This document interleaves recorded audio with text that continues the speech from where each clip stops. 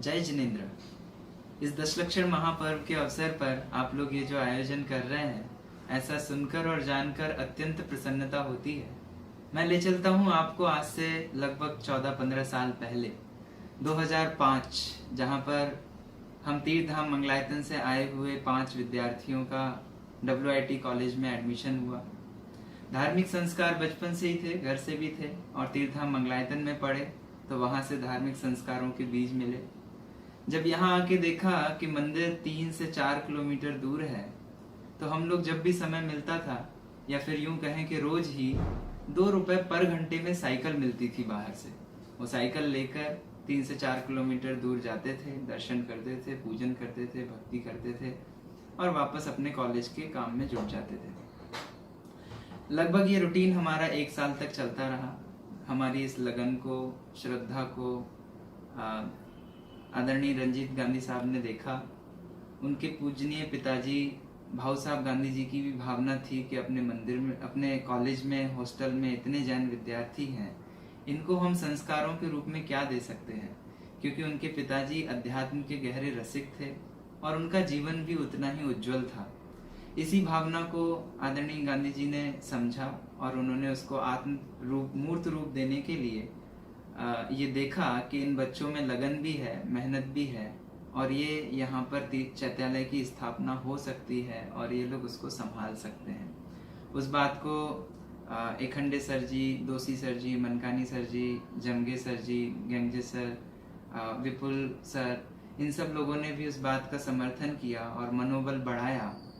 हम सब के ऊपर नो डाउट एक बहुत बड़ी रिस्पॉन्सिबिलिटी आने वाली थी, पर हमारे बाकी सारे भाइयों ने मिलकर, जो उस समय कॉलेज में अध्ययनरत थे, बहुत ही उत्साहपूर्वक उसके लिए सपोर्ट किया। और 2006 में दशलक्षण महापर्व प्रारंभ होने के 1 दिन पहले, या यूं कहें दशलक्षण महापर्व जिस दिन से प्रारंभ हुआ, उस दिन हमने श्री जिनेन्द्र प्रतिमा जी को, जो सोलापुर में गुरुकुल है, वहां से अपने कॉलेज में, कॉलेज के हॉस्टल कैंपस में स्थापित किया। आप इमेजिन नहीं कर सकते, मुझे आज भी वो दिन पूरा का पूरा एज इट इज रिकॉल हो रहा है। कितनी प्रसन्नता का, कितना उत्सव का माहौल था। एक तो हम प्यासे कुएं के पास जाते हैं, पर मानो इस पर्टिकुलर सिनेरियो में तो कुआं खुद चलकर प्यासों के पास आया था। तो यहाँ तो प्रसन्नता का माहौल बनना ही था। इस तरीके से कॉलेज में रोज सुबह पूजन, प्रक्षाल, अभिषेक, स्वाध्याय, ये सारी गतिविधियां प्रारंभ हो गई।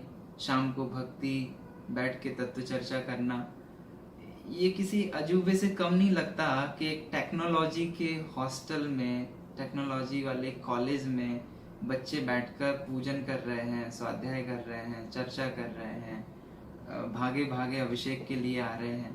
और ये माहौल जो बना, उसमें हर एक हमारे भाई का समर्थन था।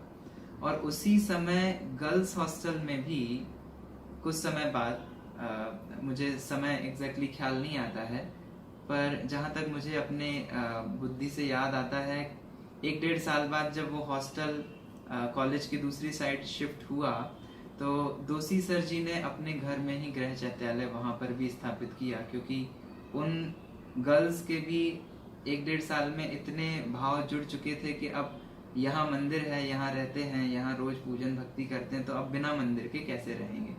तो उस समस्या को दोषी सर ने सॉल्व किया। कुछ समय बाद आचार्य श्री विशुद्ध सागर महाराज जी का भी वहाँ आगमन हुआ।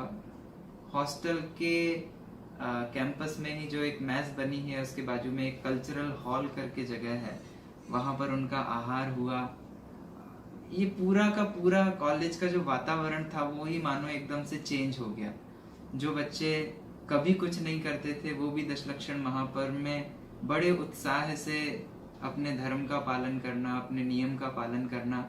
कॉलेज की मैस में जब हम आए थे, तो हमें कॉलेज के लास्ट टाइम के जो लेक्चर्स हुआ करते थे, जो मोस्टली तो प्रैक्टिकल्स ही होते थे लास्ट में, लगभग 4 से 6 बजे के बीच में, पर कभी कभी लेक्चर्स होते थे, तो हमें वो लेक्चर्स एकदम घंटी बजते ही भागकर मैस में आके भोजन करना पड़ता था, क्योंकि हम लोग रात्रि में भोजन नहीं करते थे।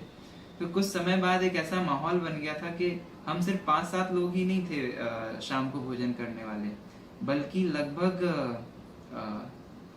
30-40 भाई उसमें शामिल हो गए थे, और दशलक्षण पर्व में तो ये संख्या और भी बढ़ जाती थी। इस तरीके से हर एक पहलू से हम लोगों का आचरण उज्जवल बना। बहुत सारे प्रोग्राम होते थे। हमारा जैन इंजीनियर्स एसोसिएशन करके ग्रुप था। आपको विश्वास नहीं होगा, जिस स्टेज पे आज आप परफॉर्म कर रहे हो, उस स्टेज पे 2005 में जब हमने एडमिशन लिया था तो पहले दिन कजरारे कजरारे पर डांस हुआ था, जुल्फों का रंग सुनहरा इस पर डांस हुआ था। पर आज आप देख रहे हैं कि ये पूरी की पूरी स्टेज बदल चुकी है। दोष उन लोगों का नहीं था, सीनियर्स के पास वैसी अपॉर्चुनिटी नहीं थी, वैसा ज्ञान नहीं था कि हम क्या प्रेजेंट करें। पर समाज तो आमंत्रित करती थी, भाई आप कॉलेज के लोग हो, जैन कॉलेज है, कुछ तो करोगे। पर आज आप उसमें अंतर महसूस कर रहे होंगे कि उस समय क्या होता था और आज आप उसको कितना और आगे बढ़ा रहे हैं, आगे ले जा रहे हैं। सो ओवरऑल मेरा आपके लिए मैसेज यही है कि तत्व ज्ञान जो है, धर्म जीवन में जो है, ये जड़ है। जितनी हमारी जड़ें मजबूत होंगी, हम लाइफ में उतना ही आगे स्ट्रांगली बढ़ पाएंगे। अदरवाइज भटकने के चांसेस बहुत सारे ओपन हैं। कोई ड्रग्स का एडिक्शन में पड़ जाता है, कोई किसी और तरीके की कुरीतियों में उलझ जाता है। तो ये सारे व्यसनों से बचने का एकमात्र अपने जीवन में उपाय है।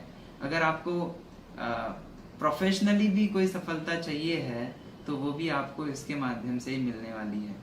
और हम जितने लोग लगभग उस काम में जुड़े हुए थे, सब आज बहुत अच्छी पोस्ट पर हैं, सब अपने जीवन में बहुत अच्छा काम कर रहे हैं। आप भी इस मार्ग में लगे रहें और लगकर अपने जीवन को उज्जवल बनाएं, अपने समाज को दृढ़ बनाएं और इस कारवा को आगे बढ़ाते रहें। यही मंगल भावना है। जय जिनेंद्र। जय जिनेंद्र। मेरा नाम निखिल जैन है और मैं 2007-2011 बैच BE सिविल WIT का स्टूडेंट रहा। ये जिन मंदिर हमारे हॉस्टल पर हमारे सीनियर्स की धरोहर है, उनके अथक प्रयास और मेहनत के वजह से कॉलेज मैनेजमेंट ने दोषी सर के निर्देशन में उन यहाँ श्री जी की स्थापना करने की परमिशन दी थी। अनुभव भैया और उनके साथ के भैया लोगों ने बहुत मेहनत करके इधर उधर जाकर मैनेजमेंट से परमिशन हासिल की थी। हम फर्स्ट ईयर जब हमारी काउंसलिंग थी, हम उस दिन से हमें श्री जी के दर्शन मिल रहे हैं। उसी साल 2007 की महावीर जयंती पर ये मंदिर स्थापित किया गया था और हमें इस मंदिर की स्थापना के समय का तो हमें पता नहीं, परंतु उसके बाद से जब भी पर्युषण पर्व आए, महावीर जयंती आई या कोई भी साधुगण हॉस्टल पर आए, कॉलेज में आए, तो हमने उनका पूरी तरीके से पूरी उत्साह पूर्वक पर्युषण पर्व, महावीर जयंती खूब हर्षोल्लास के साथ मनाया। महावीर जयंती पर सुबह जलेब, शाम को पालने का प्रोग्राम, झांकी बनाने का कार्यक्रम। आज जब आप लोगों के पिक्चर्स देखते हैं तो हमें वही समय याद आ जाता है। कितने खूबसूरत तरीके से हम हमारे बैच के जूनियर्स, सीनियर्स सब मिलकर इस मंदिर को सजाते थे और जिस तरीके से हमारे सीनियर्स ने हमें जिम्मेदारी दी थी इस मंदिर को संभालने की, जाते वक्त हम लोग अपने नीचे वालों को देख के गए।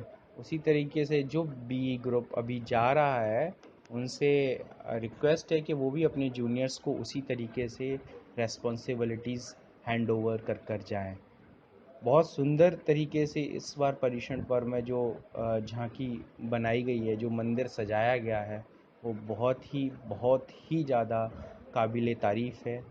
Thank you to keep continuing this tradition and I really say congratulations and all the best for the upcoming batches and the juniors which are right now studying in first year of engineering to take care of this temple as we did and our seniors did. Okay, thank you. जय Jinendra, happy Paryushan, उत्तम क्षमा।